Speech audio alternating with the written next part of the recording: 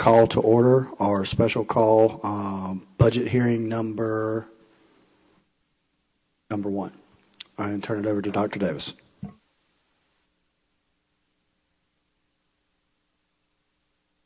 Thank you, Mr. Chair. Members of the board, I'd like to invite Ms. Willis to the podium to begin our first budget hearing for the FY21 budget. Ms. Willis. Thank you, and good evening, Mr. Chair, members of the board, and Superintendent Davis. If this presentation sounds vaguely familiar, it is. You just heard it about 15 minutes ago. But what I would like to do is go over it once again for the members who are joining us virtually today. So we are going to, I'm thrilled to present a tentative fiscal year 2021 budget for the consideration this evening. And I'm going to illustrate through your core beliefs and commitments how financial planning does lead to learning. So as a governance team, you know a public school system is accountable for sources and uses of funds. Specific accounting standards organize public schools on a fund basis of accounting. So when we think about our personal budgets, where we may have groceries or home maintenance, school systems categorized by fund for financial planning. So fund accounting shows how revenue is being spent and determines if that revenue is being used for its specific purpose. So the general home is the home to our daily operations, and this fund has been the focus of our budget series. Thanks to the community support of our eSPLOS program, we can invest in our learners with capital projects such as instructional improvements and renovations, a performing arts complex, air-conditioned buses, as well as one-to-one technology.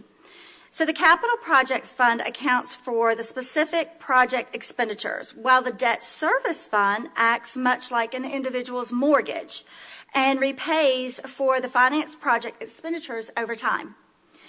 So the last fund I'll speak about is the Special Revenue Fund, and that accounts for supplemental services such as school nutrition.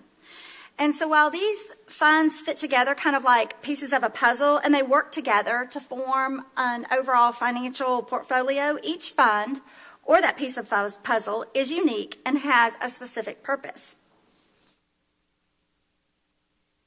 So let's take a closer look at how we plan for our daily operations of the general fund through our revenue sources. Last year, you passed the largest general fund budget ever with revenues of $407 million. Thanks to a strong local economy with property values continuing to appreciate, our local revenue for fiscal year 2021 has increased more than $8 million. However, state revenue has decreased $41.5 million from the previous year, bringing the total revenue sources for fiscal year 2021 to $373,452,822. Taking you back to a slide from last month where we outlined the evolution of the $41.5 million decrease in state funding, I would now like to walk you through just how that is reflected on state earnings documentation. So when discussing state revenue, it is the earnings sheet or allotment sheet, as it's commonly called, that documents funding or our earnings for all school systems from the Georgia Department of Education. It's made up of a funding model enacted in 1985 and is a complex, formula-driven model that places weights and percentages on categories of instruction and operations. As highlighted here, just 1 year ago, our state allotment afforded $242.5 million in funding. 1 year later, that funding has decreased significantly to just over $201 million. A school system's local economic strength also plays a role in the amount of state funding received.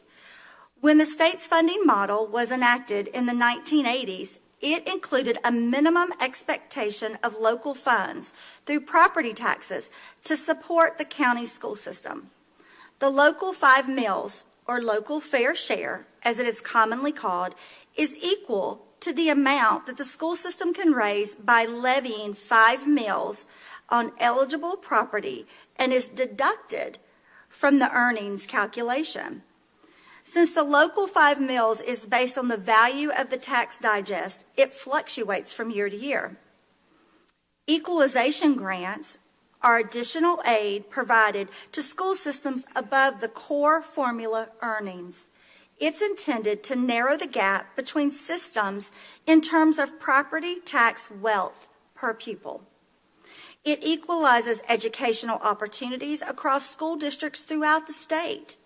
School systems are ranked according to wealth, and districts that fall below a state average are equalized with available funding.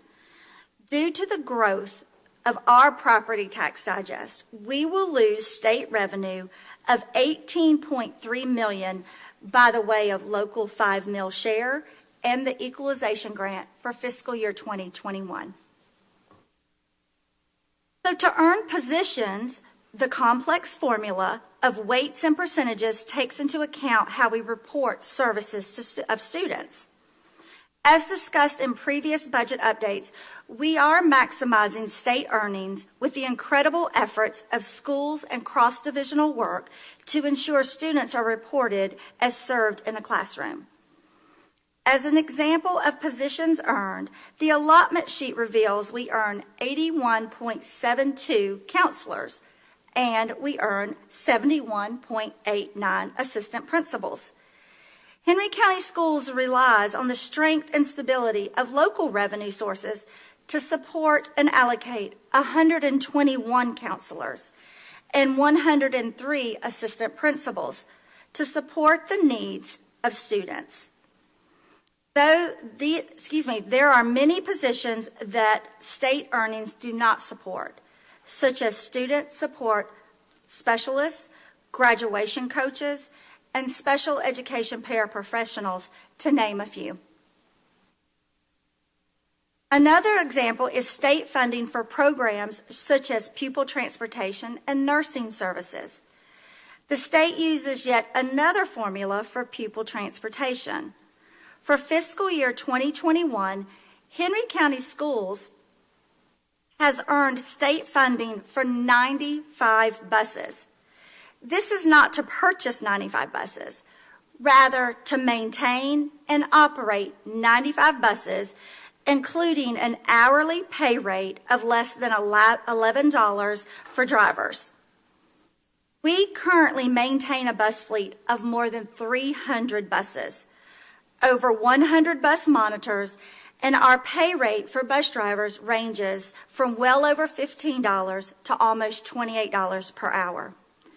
The general fund has an allocation of $18 million for fiscal year 2021 transportation services.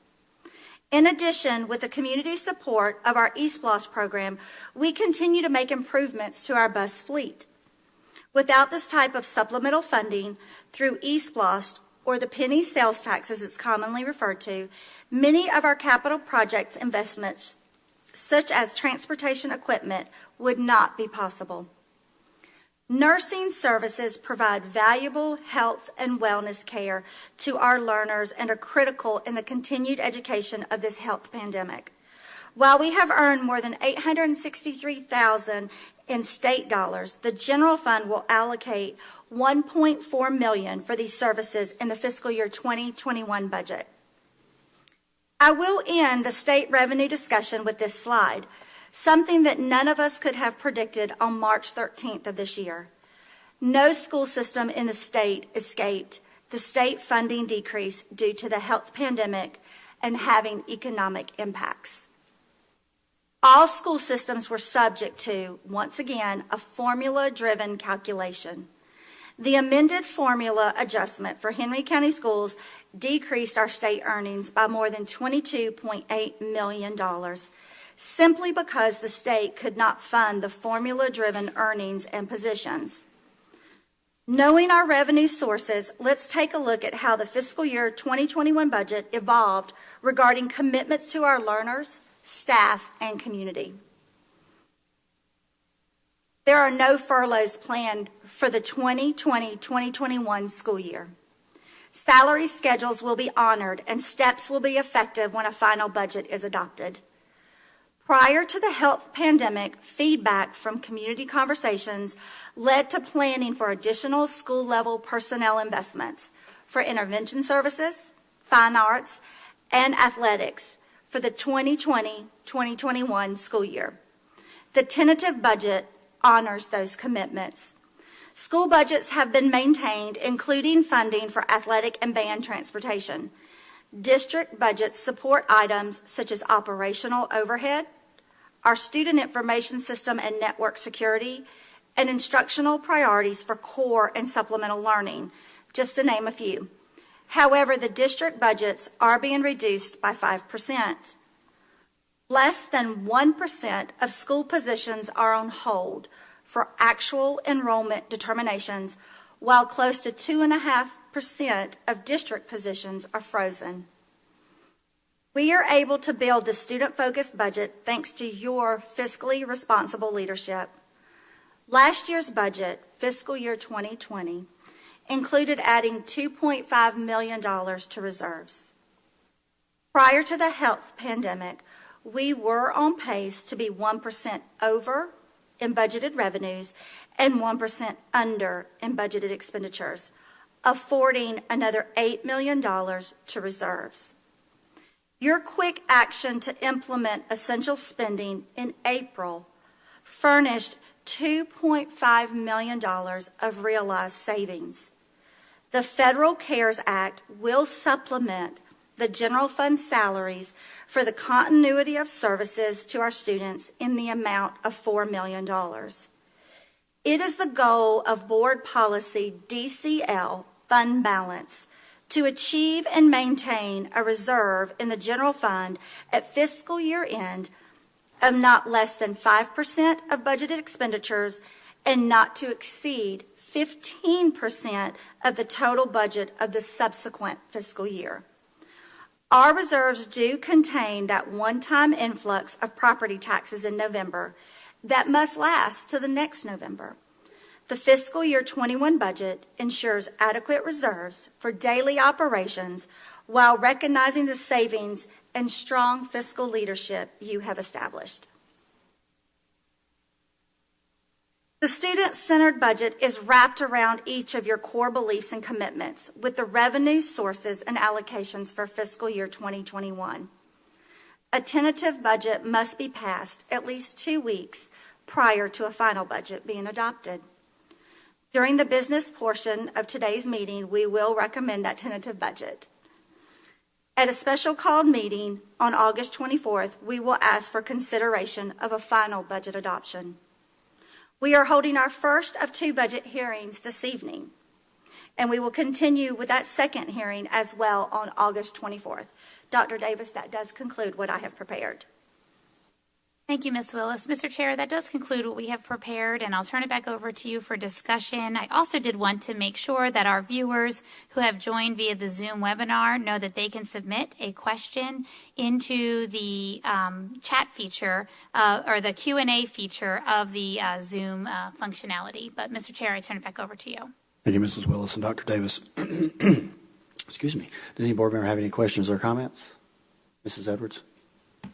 Ms. Willis, being that we received the $4 million for the CARES Act, what would our supplementary budget have looked like had we not received that $4 million?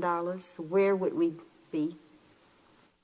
We would have had to either look probably in one of 2 places. One, continuing to make use of additional reserves to supplement that, or possibly approximately 3.5 furloughs. Okay, thank you. Thank you, Mrs. Edwards. Any other questions or comments? Dr. Davis, did you, any comments from our online viewers? I have not seen any of our online viewers submit any questions through the Q&A. We may just want to give that one more minute. Okay.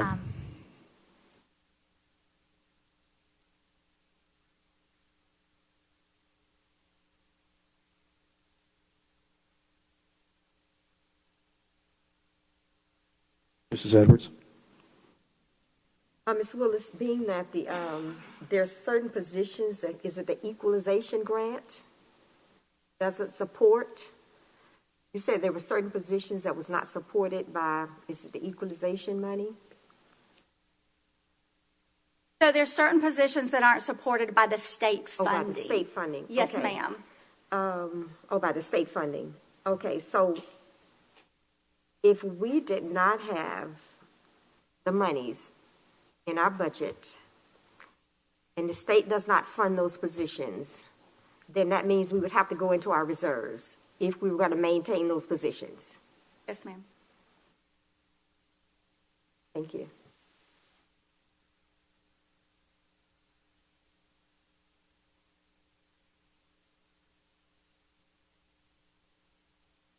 Any questions, Dr. Davis? Mr. Chair, there have been no questions. I'll turn it back over to you. That's all the business we have before the board for this budget hearing. Okay, thank you, Dr. Davis, and thank you, Mrs. Willis, for that report or presentation. If as long as there's no questions and there's no other board questions, we'll close the budget hearing out